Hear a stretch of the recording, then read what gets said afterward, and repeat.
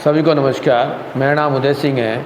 हम यहाँ हर वीडियो में मैथ्स के एक एक टॉपिक को लेकर के उनको कवर करेंगे और उनकी जो क्वेरीज आएंगी उनको भी क्लियर करेंगे।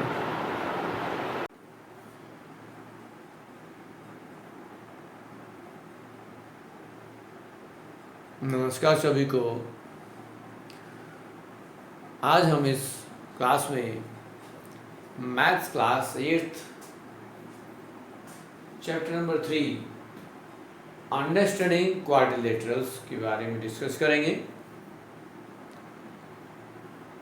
जनरल क्वाड्रिलेटरल होते क्या हैं, इनसे पहले हमें कुछ और कंसेप्ट समझने होंगे।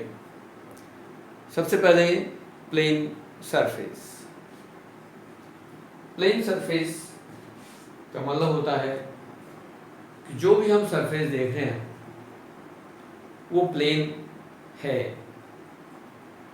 As simplest example of the plane surface as a paper sheet, as this board, paper of any book, notebook, your table surface, top of the table, floor, wall पर भी कहीं आप कुछ मार्क कर दें, फिर दीवार को भी कंसिडर करें, दीवार को कंसिडर करें। दीवार भी एक सरफेस है, प्लेन सरफेस है। जनरली हम उस पर कुछ ड्रॉ कर सकते हैं। यदि हम बात करें कि ये एक बोर्ड है हमारे पास, ये एक सरफेस है, प्लेन सरफेस है, ये प्लेन नजर आ रहा है, ठीक है। फिर यदि हमारे पास पूरा ये सरफेस है, तो यदि हम कोई इस पे कर्व बना दें, एज ये कोई कर्व बना सकते हैं, कोई लाइन ज्वाइन कर दें, हो सकता है कि हमें कुछ लाइन ऐसी मिल जाए, कुछ ऐसी हो। ये हमारे पास कुछ कर्व हैं, बट कैसे कर्व हैं? ये क्लोज कर्व है, ये क्लोज कर्व है, ये क्लोज कर्व है, ये क्लोज कर्व है, लेकिन ये क्लोज कर्व नहीं है। वो क्लोज कर्व है बट सिंपल नहीं है। फिर बात आती है कि प्लेन सरफेस हो गया, सेकंड है प्लेन कर्व। तो ये सारे प्लेन कर्व हैं, अदर देन दिस वो कर्व ही नहीं है। नेक्स्ट पॉइंट आता है पॉलीगन। पॉलीगन जैसा कि हम वर्ड से जानते हैं, जिस फिगर के लिए हम बहुत सारी साइड्स लेकर के बनाते हैं, उसको पॉलीगन कहते हैं। एज हमने सिंपल एक 4 साइड से बनाया, या फिर 3 साइड से बनाया, या फिर 5 साइड से बनाया, या फिर 6 साइड से बनाए।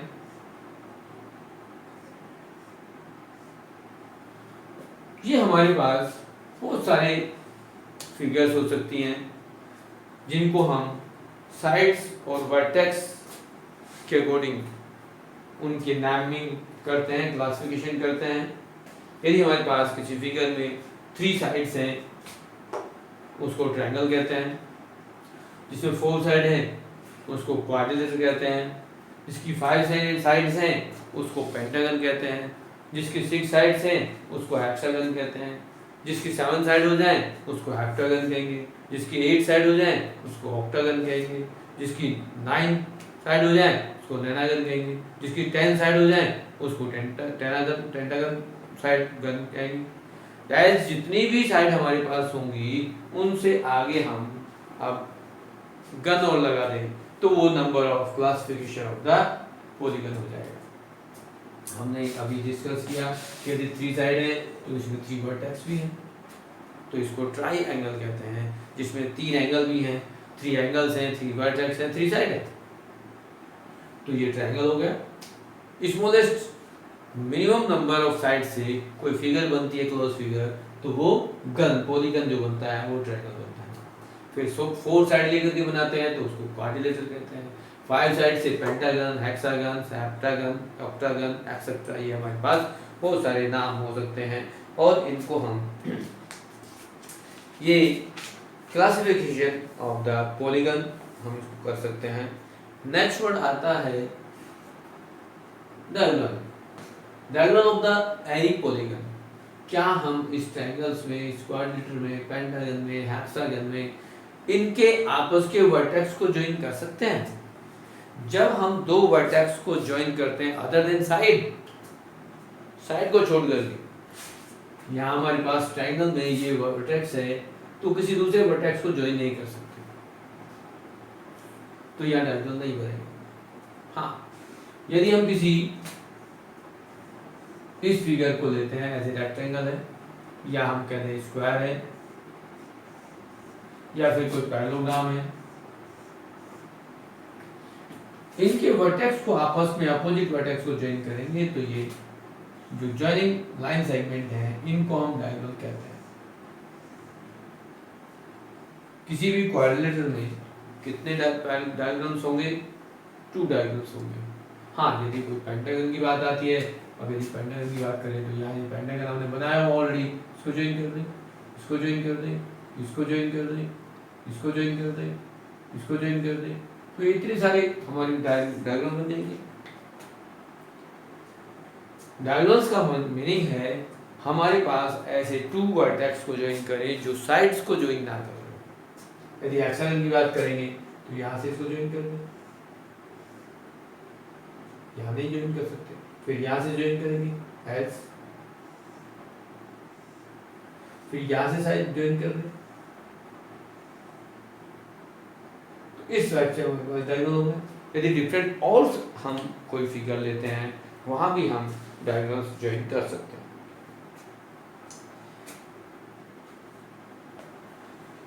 नेक्स्ट यदि हम बात करते हैं कि हमारे पास नेक्स्ट वर्ड है कॉन्वेक्स पॉलीगन और नेक्स्ट है कॉनकेव पॉलीगन।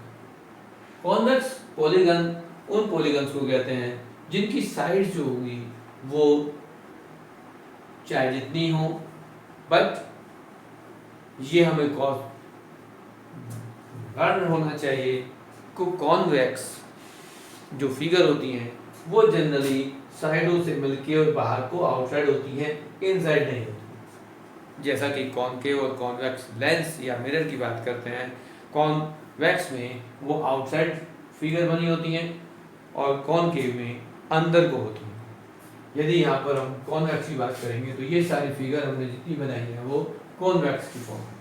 हाँ, कॉनकेव की यदि बनाएंगे तो यदि हम कोई इस तरह से बना दें तो यहाँ ये जो कर्व आया है कुछ डिफरेंट फिगर है, ये इनसाइड कॉनकेव की फॉर्म हो गई, तो इसको हमारे पास हम इसको कहेंगे कॉनकेव पॉलीगन। तो ये भी है बट कॉनकेव है, और ये हमारे पास जितनी फिगर थी वो सब कॉन्वेक्स फिगर्स, कॉन्वेक्स पॉलीगन। अब हम बात करते हैं रेगुलर पॉलीगन और इरेगुलर पॉलीगन। रेगुलर पॉलीगन वो होते हैं जिनकी नंबर ऑफ साइड्स चाहे जितनी हो बट वो इक्वल मेजरमेंट की होनी चाहिए, इक्वल साइड होनी चाहिए, length of sides are equal. Edge बात करेंगे तो जनरली हम उनकी कुछ फिगर बना दें। एज एक सबसे पहला एक सिंपल एग्जांपल हम लेते हैं स्क्वायर। जब स्क्वायर की बात करेंगे तो स्क्वायर में ऑल साइड इक्वल होती हैं, ऑल साइड इक्वल है, तो ये ट्रायंगल बना दे से पहले हमें ये मालूम होना चाहिए कि ऑल साइड इक्वल है। पेंटागन बना दे, बट ध्यान रहे कि लेंथ ऑफ साइड्स हमारे पास पेंटागन की जो होगी वो इक्वली होनी चाहिए, means all side are equal. Hexagon बना दो,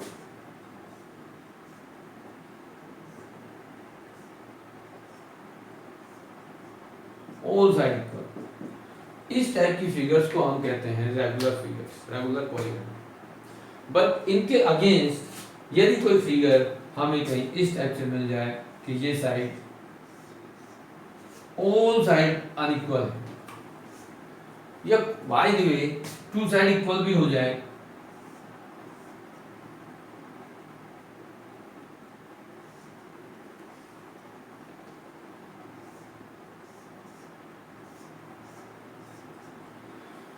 यहाँ इक्वल है, ये इक्वल है, ये इक्वल है, बट ये दोनों अनइक्वल है, यहाँ ये सारी अनइक्वल होगी,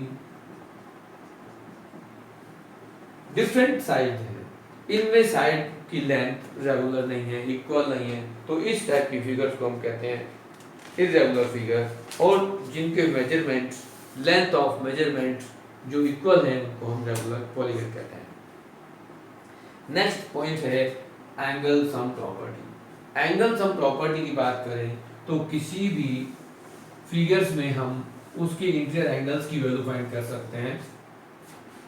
एज यदि एंगल ऑफ ट्रायंगल की बात करें,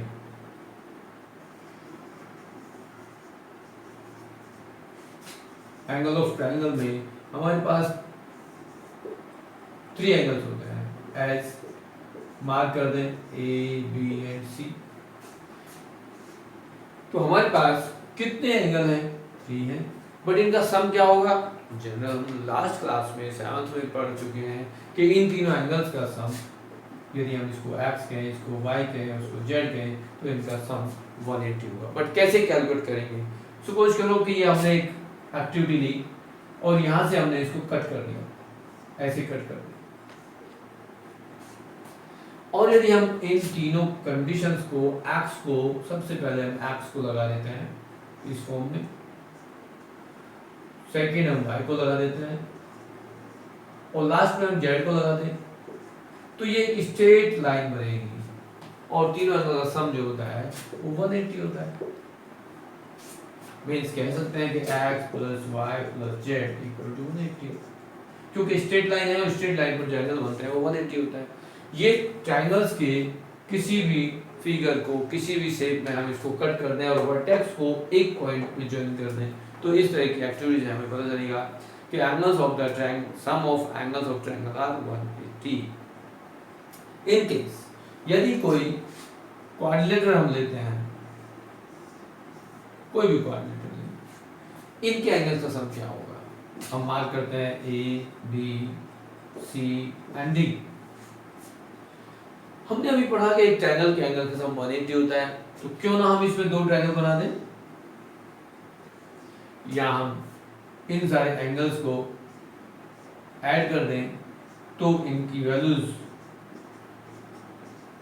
का सम क्या होगा? यदि हम कहें कि एंगल 1 + एंगल 2 + एंगल 6 = 180 है, क्योंकि ये एक ट्रायंगल की एंगल्स हैं। सिमिलरली दूसरे ट्रायंगल की बात करेंगे, एंगल 3 + एंगल 4 + एंगल 5 आल्सो 180। यदि हम इन सबको ऐड कर दें तो हमें क्या मिलेगा?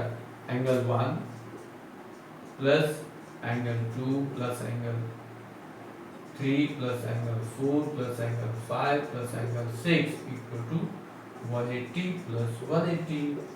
मींस यहाँ पर 1 सिंगल है, एंगल 1 को एज रख देते हैं, 2 + 3 इनको ऐड करेंगे तो हमारे पास ये दोनों का सम लिखेंगे एज एंगल डी लिख सकते हो, और एंगल 1 क्या था? Angle C. Then 4 and 5, 4 is अकेला सिंगल एंगल है, एंगल ए है, एंड 5 एंड 6 का सम एंगल बी है, और इन दोनों को ऐड करेंगे तो 360 डिग्री। मींस क्वाड्रिलेटरल के 4 एंगल का सम 360 होता है। सेम और एक्टिविटी लें, पेंटागन ले लें। यदि हम पेंटागन लेते हैं 5, उसमें वर्टेक्स होते हैं, 5 साइड होंगी,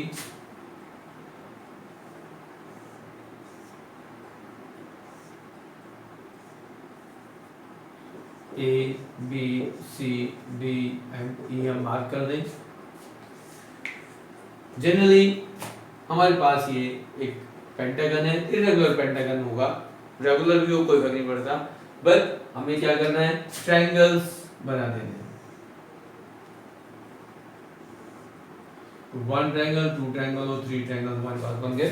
अब sum angle of the triangle of 180, some angle of the three angles of triangle this second is 180 and also third triangle के एंगल भी का भी सम 180 होगा।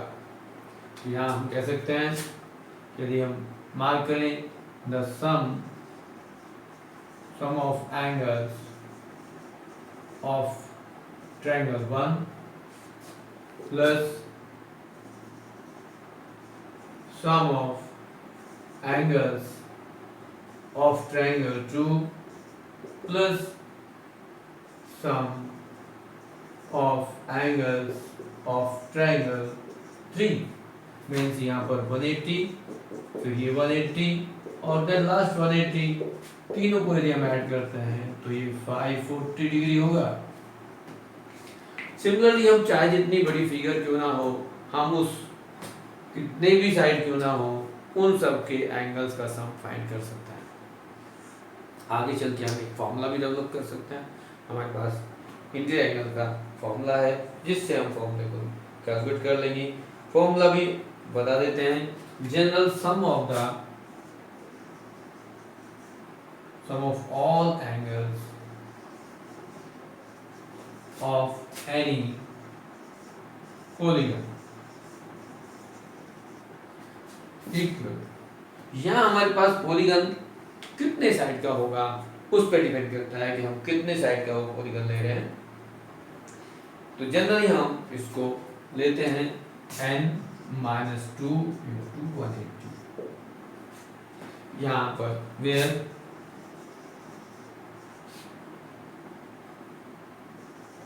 where n is sides of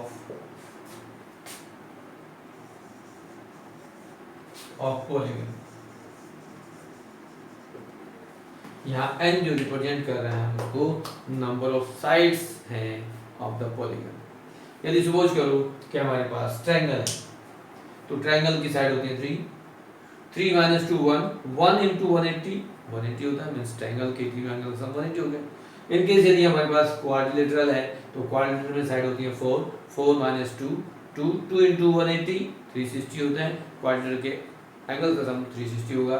next यदि हम पेंटागन लेते हैं तो पेंटागन में साइड होती है 5 तो 5 माइनस 2 3 इंटू 180 540 हो जाएगा जैसे हमने यहाँ फाइंड किया हुआ है। यदि 6 हमारे पास साइड है कोई हेक्सागन हमने लिया है और 6 माइनस 2 4 इंटू 180 यदि 180 से 4 को मल्टीप्लाई करेंगे तो 720 आएगा। तो सिमिलरली हम इस फॉर्मूले से भी हम फाइंड कर सकते हैं sum of the angles of the any polygon. और यहाँ इसमें रिवर्स भी पूछा जा सकता है कि यदि हमारे पास सम ऑफ एंगल्स दिस मच है किसी पॉलीगन का तो find the number of sides. ये क्वेश्चंस एक्सरसाइज में हैं कि हम कैसे उन क्वेश्चनों को फाइंड करेंगे कि नंबर कितने हैं ऑफ साइड्स या फिर sum of the interior angle of polygon कितना है। यदि इस टाइप से हम क्वेश्चन को करेंगे तो ये एक्सरसाइज के सारे क्वेश्चन इसमें इन्वॉल्व हो जाएंगे और इस तरह से हम सारे क्वेश्चनों को ट्राई कर सकते हैं।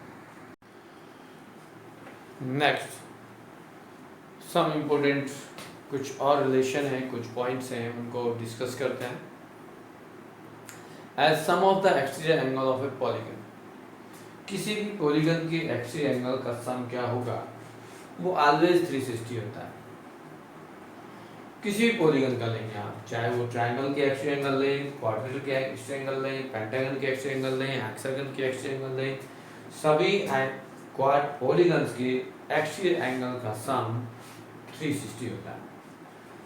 फॉर एग्जांपल यदि हम ट्रायंगल लेते हैं number 1 case make triangle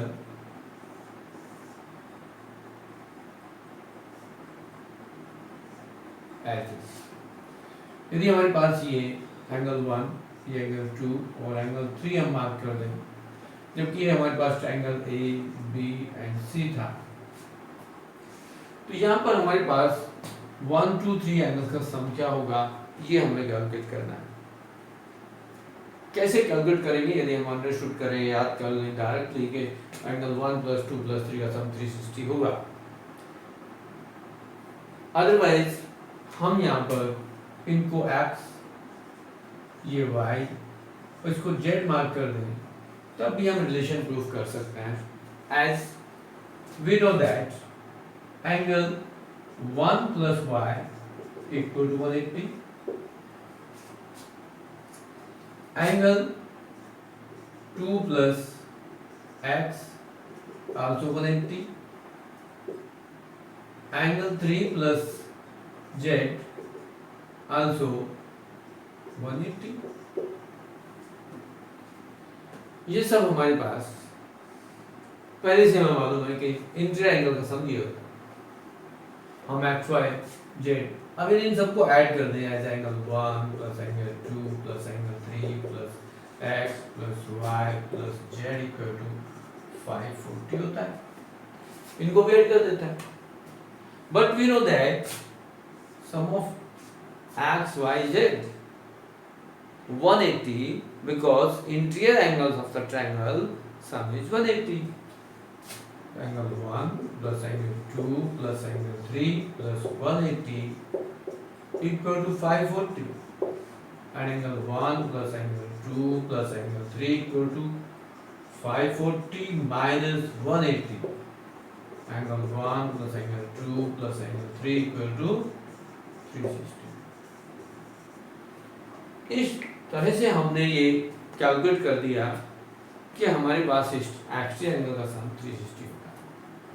same यदि हम किसी क्वाड्रेटर को लेके करेंगे तब भी सिमिलरली इसी टाइप से करेंगे। यदि क्वाड्रेटर को करते हैं आप,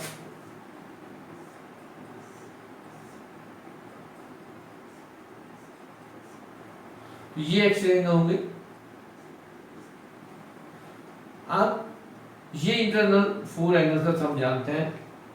क्वाड्रेटर के 4 एंगल्स जो इंटीरियर एंगल्स होते हैं उनका सम 360 होता है। तो आउटसाइडर भी हम देखेंगे, इन दोनों का सम 180, इन दोनों का सम 180, इन दोनों का सम 180 और ये 180।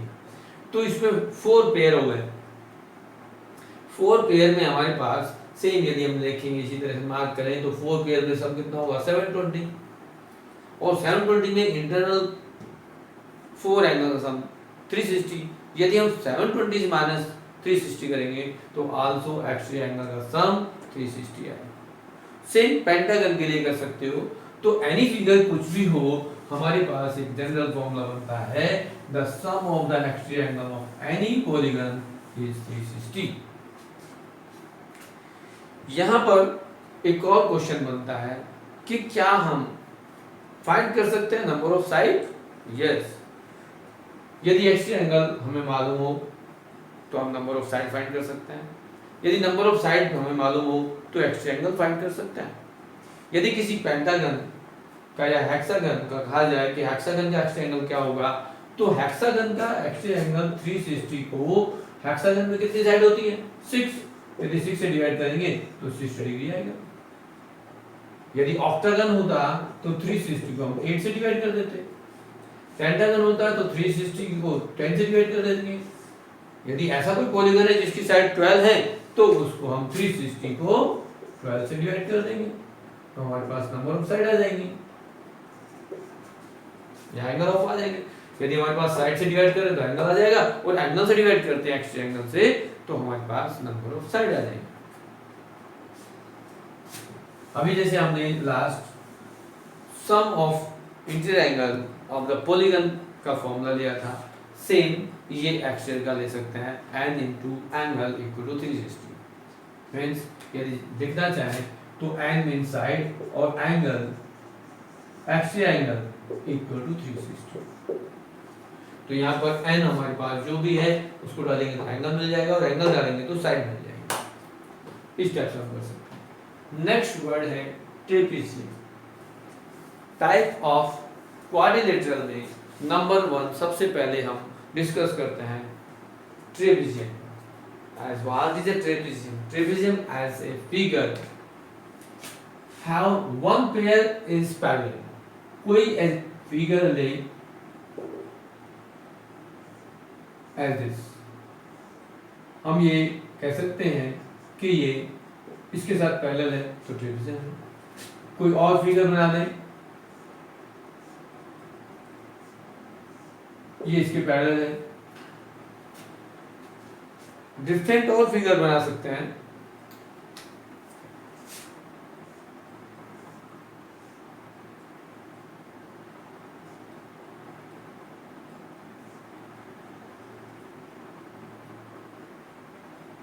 बट ये हमें मालूम होना चाहिए कि ये जो साइड है हमारी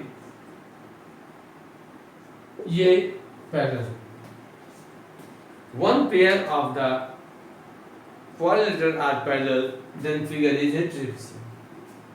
अब ट्रेपेजियम फिगर में ये दोनों पैरेलल हैं, ये दोनों पैरेलल हैं। हो सकता है हम मार्क कर दें कि यहाँ ये पैरेलल है, इन दोनों को कहते हैं ये पैरेलल है, तो भी एक ट्रेपेजियम होगा। इसकी जो करेक्टरिस्टिक मेरे लिए याद रखने की बात ये है कि ऐसी एक फिगर जिस क्वाड्रिलेटरल के एक पेयर पैरेलल हो तो वो हमारे पास ट्रेपेजियम होगा। नेक्स्ट पॉइंट है काइट। काइट जनरली बच्चों आप देखते हैं जो मार्केट में मिलती हैं वो रेडीमेड होती हैं या तुम खुद भी बना सकते हो। तो काइट जनरली एक क्वाड्रिलेटरल है, बट उसकी क्वालिटी भी है कि यदि हम कोई काइट बनाना चाहते हैं तो उसमें इस टाइप की कुछ फिगर होंगे, दो ट्रायंगल्स शेप होंगी, एज ये साइड इसके इक्वल होगी और ये साइड इसके इक्वल होगी। ये ध्यान रखना पड़ेगा। यदि हम इसको जनरल समझने की कोशिश करें तो इसका जो ऊपर वाला पार्ट है आइसोसेलेस ट्रायंगल है और नीचे वाला ट्रायंगल भी आइसोसेलेस ट्रायंगल है। मींस ये दो साइड इक्वल है, ये दो साइड इक्वल है। यदि हम कोई इस टाइप की फिगर बनाना चाहें जिसमें ये साइड आपस में इक्वल है, ये दोनों इक्वल है और ये दोनों इक्वल है, तो हम इनमें नामिंग कर सकते हैं, A B C D mark कर दें। यदि हम यहाँ कहें कि ये ए बी सी और डी है तो इसमें हम कहेंगे कि A B equal to A D and B C equal to D C. ये फर्स्ट फिगर के लिए है। यदि सिमिलरली हम यहाँ कहते हैं पी क्यू आर एस तो इस फिगर में देखेंगे P Q equal to Q R and P S equal to S R. इसमें ये दो साइड इक्वल हैं, तभी हम इसको कहेंगे कि ये दोनों फिगर जो बनी है वो काइट शेप है। यदि इनके अलावा कोई और दूसरी शेप हमें मिलती है, एज जनरल कह दें कि ये साइड इस तरह की दे दें, ये अलग साइड है, ये अलग है, ये अलग है और ये अलग है, तो ये काइट नहीं होगी, ध्यान रखना है। यदि इसमें हमारे पास टू आइसोसेलेस ट्रायंगल की शेप बनती है तभी वो हम उसको काइट कहेंगे। नेक्स्ट जो पॉइंट है, अब हमारे पास आता है as a parallelogram. Parallelogram special कुछ फिगर्स होती हैं जिनकी कुछ क्वालिटी भी होंगी, जिनको हम पैरेललोग्राम कहेंगे। वहाँ पर यदि हम पैरेललोग्राम के बारे में डिस्कस करेंगे तो हमारे पास कुछ स्पेशल फिगर आती हैं, एज पैरेललोग्राम कहें, रोम्बस कहें, रेक्टेंगल कहें, स्क्वायर कहें। तो पैरेललोग्राम क्या होता है? पैरेललोग्राम में इन दोनों क्वाड्रिलेटरल से कुछ डिफरेंट क्वालिटी होगी, कुछ अधिक क्वालिटी होगी, या हम कहेंगे कि कुछ ऐसी फिगर होंगी जिसमें ये साइड इसके इक्वल है और ये इसके इक्वल है। Means opposite side of the quadrilateral are equal. इसमें हम कहते हैं A B equal to D C है and A D equal to B C. Means अपोजिट side of pair are parallel and equal. AB is parallel to DC and AD is parallel also BC. ये parallel भी होने चाहिए, equal भी होने चाहिए, तभी हम इसको पैरेललोग्राम कहेंगे।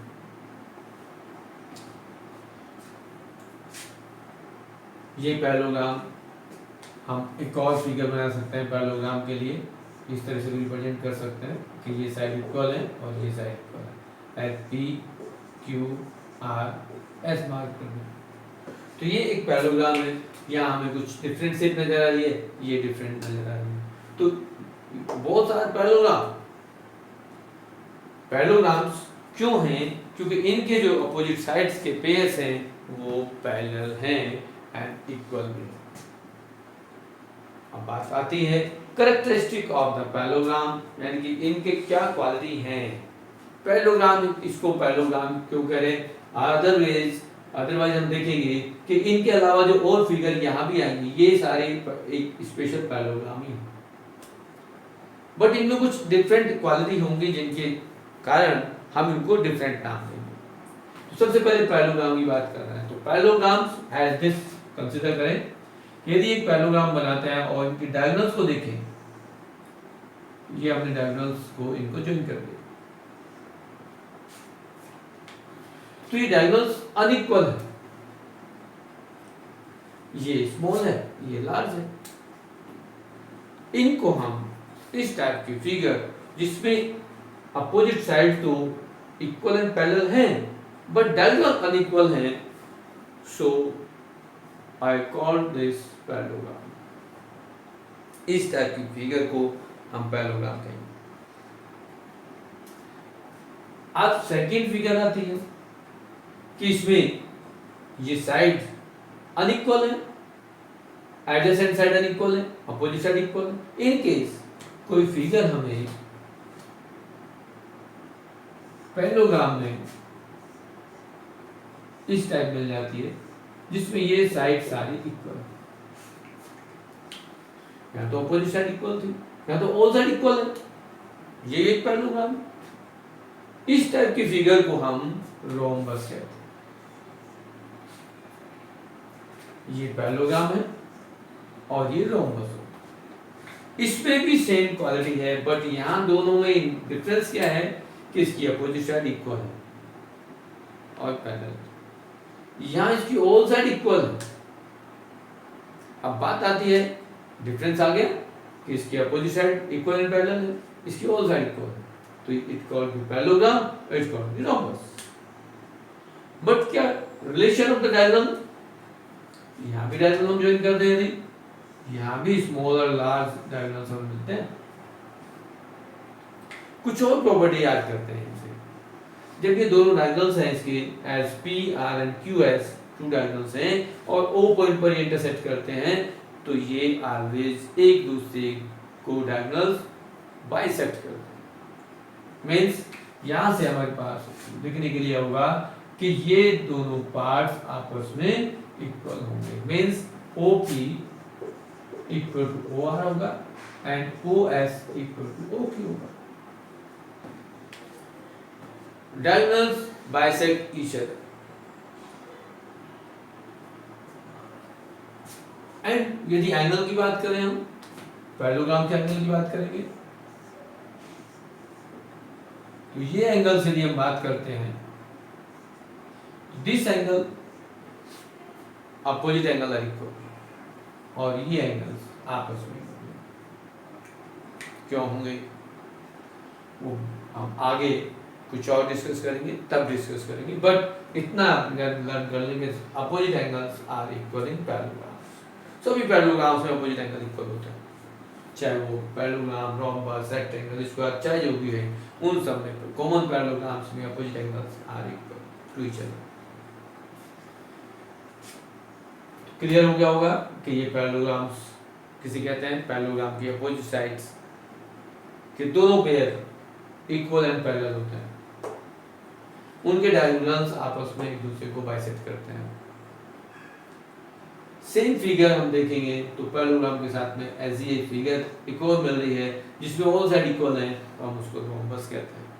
रोम्बस में भी यही कैरेक्टरिस्टिक है, यदि इसको मार्क कर दें A, B, C, D and O, तो यहाँ भी डायगोनल्स आपस में इक्वल हैं और वो एक दूसरे को बाइसेक्ट भी कर रहे हैं।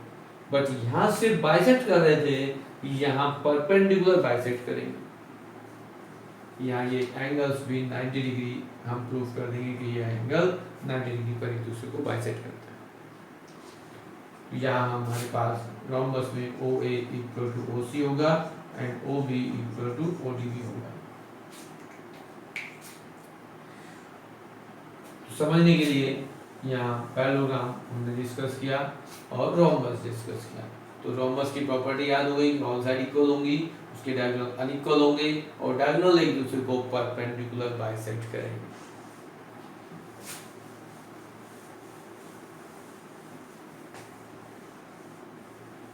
नेक्स्ट वर्ड आता है as a rectangle. Rectangle means ऐसी फिगर जो पैरेललोग्राम तो है ही है, बट उसमें कुछ कैरेक्टर डिफरेंट हो जाता है। एज वहां पर अपोजिट साइड पैरेलल है और इक्वल भी है, means A B equal to D C है and A D equal to D C भी है, और ये पैरेलल भी है, A B parallel to D C and A D parallel to B C. ये तो पैरेललोग्राम में भी थी, बट इसको हम रेक्टेंगल क्यों कह रहे हैं? It is a different. क्यों डिफरेंट है, कैसे डिफरेंस है? इसके डायगोनल्स को देखो, ये डायगोनल्स इक्वल है तो पैरेललोग्राम, बट डायगोनल इक्वल है तो इसको हम रेक्टेंगल कह रहे हैं। और रेक्टेंगल के भी एक क्वालिटी हो कि ये यहाँ पर जो वर्टेक्स एंगल हैं वो 90 डिग्री होते हैं। वर्टेक्स एंगल 90 डिग्री पैरेललोग्राम है, वर्टेक्स एंगल 90 डिग्री है, और उसकी अपोजिट साइड के पेयर इक्वल एंड पैरेलल हैं तो वो रेक्टेंगल होगा।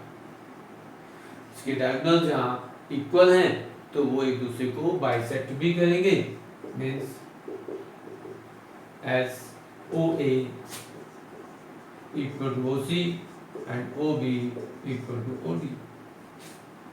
मीन्स यदि ये AB AC डायगोनल BD के इक्वल है तो इनके हाफ भी आपस में इक्वल होंगे, ये भी ध्यान रखना।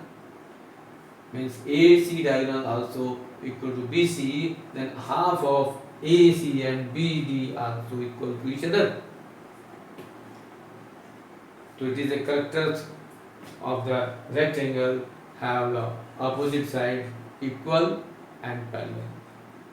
Then diagonals are equal, bisect each other, and vertex angle of the figure is right angle. So it called be rectangle. Now come to the square. As special parallelograms have all sides are equal. एक ऐसा parallelogram जिसकी सारी side equal है उसको हम square कहते हैं। As vertex angle यहाँ हमारे 90 डिग्री होंगे, ये दूसरा कैरेक्टर आ गया। रोम्बस में और स्क्वायर में डिफरेंस क्या आएगा? रोम्बस में और स्क्वायर में डिफरेंस ये है कि रोम्बस में वर्टेक्स एंगल 90 डिग्री नहीं थे, यहाँ वर्टेक्स एंगल 90 डिग्री है, और जब ये इसकी वर्टेक्स एंगल 90 डिग्री है तो इसके डायगोनल भी इक्वल होंगे, as A, B, C and D and O। यहाँ वही पैरेललोग्राम की सारी कैरेक्टरिस्टिक आएंगी, इक्वल एंड पैरेलल है, बट यहाँ तो ऑल साइड इक्वल है, तो डायगोनल यहाँ पर इक्वल होंगे और एक दूसरे को परपेंडिकुलर बाइसेक्ट भी करेंगे। मीन्स यहाँ पर हम कह सकते हैं कि OA equal to OB equal to OC equal to OD, because यहाँ पर जो AC डायगोनल है वो BD के इक्वल था। Vertex angle A equal to B equal to C equal to D also 90 degree, and also angle AOD, angle DOC, angle BOC equal to angle AOB is each 90 degree, ये भी हम कहते हैं। तो ये characters, ये qualities हमारे पास square की आ गई, रेक्टेंगल की हमने डिस्कस कर दी, रोम्बस हो गया, पैरेललोग्राम हो गया, काइट हो गया और ट्रिपेजियम हो गया। इस टाइप से हमारे पास काइंड्स ऑफ द क्वाड्रिलेटरल आ गए, और ये हमने 6 टाइप्स के डिस्कस किए हैं, इसमें trapezium, kite, parallelogram, rhombus, rectangle and square है। इनके अलावा हमारे पास कोई क्वाड्रिलेटरल नहीं होता। इन्हीं को हम अब यहाँ भी पढ़ेंगे और नेक्स्ट क्लास में भी इन्हीं को पढ़ेंगे, इनके ऊपर डिस्कस करेंगे। इस प्रकार से चैप्टर्स के सभी जो समरी है डिटेल डिस्कस हो चुकी है। इसके बेस पर आप सारे क्वेश्चन ऑफ दिस एक्सरसाइज और चैप्टर्स कर सकते हैं। इन केस यदि कोई डाउट्स है तो कमेंट बॉक्स में आप लिखें और हमें इसमें बताएं, जिसका सॉल्यूशन हम आपको देंगे। वीडियो को देख करके आप इसको लाइक, शेयर और सब्सक्राइब ज़रूर करें, जिससे किसी और बच्चे को भी देखने को मिले और नए वीडियोस आप लोगों को मिलते रहें। इसलिए सब्सक्राइब ज़रूर करें।